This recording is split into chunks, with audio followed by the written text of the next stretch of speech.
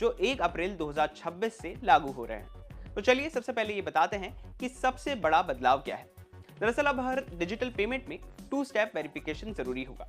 पहले ये होता था कि जैसे ही आपने पेमेंट इनिशिएट किया, आपके फोन पर ओटीपी आता है, आपने वो एंटर किया और पेमेंट हो गया। लेकिन अब पेमेंट के लिए ओटीपी प्लस एक और सिक्योरिटी स्टेप जरूरी होगा, जैसे पिन, पासवर्ड, फिंगरप्रिंट या फेस आईडी। यानी हर ट्रांजैक्शन अब 2 लेयर सिक्योरिटी से गुजरेगा। अब सवाल ये बनता है कि आरबीआई ने ये बदलाव क्यों किया। दरअसल पिछले कुछ समय में ऑनलाइन फ्रॉड्स काफी बढ़ गए हैं।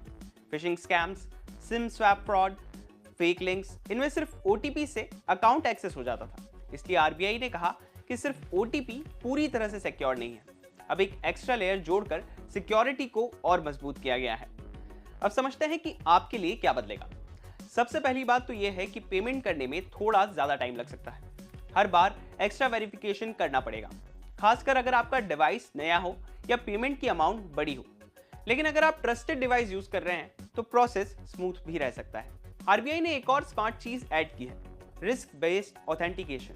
यानी कि हर ट्रांजैक्शन को सिस्टम एनालाइज करेगा। अगर छोटी पेमेंट होगी तो कम चेक्स होंगे, लेकिन अगर पेमेंट बड़ी है तो उसमें ज्यादा चेक्स रहेंगे। यानी सिक्योरिटी भी स्मार्ट हो गई है। इसके साथ ही एक और बहुत बड़ा बदलाव हुआ है। अब अगर फ्रॉड होता है तो जिम्मेदारी सिर्फ आपकी नहीं होगी। अब बैंक्स और पेमेंट एप्स को अकाउंटेबल बनाया गया है। अगर सिस्टम की गलती से फ्रॉड हुआ तो आपको कंपनसेशन भी मिल सकता है। यानी अब बैंक्स पर प्रेशर बढ़ गया है कि वो सिस्टम सिक्योर रखे, और ये नियम सिर्फ इंडिया तक ही सीमित नहीं है। इंटरनेशनल ट्रांजैक्शंस पर भी ये नियम लागू होंगे। कार्ड पेमेंट्स अब्रॉड में भी एक्स्ट्रा ऑथेंटिकेशन होगा। हालांकि ये पूरी तरह से अक्टूबर 2026 तक लागू हो पाएगा। तो ओवरऑल पिक्चर क्या है? इंडिया में डिजिटल पेमेंट्स तेजी से बढ़ रहे हैं, लेकिन फ्रॉड भी उतनी ही तेजी से बढ़ रहा है।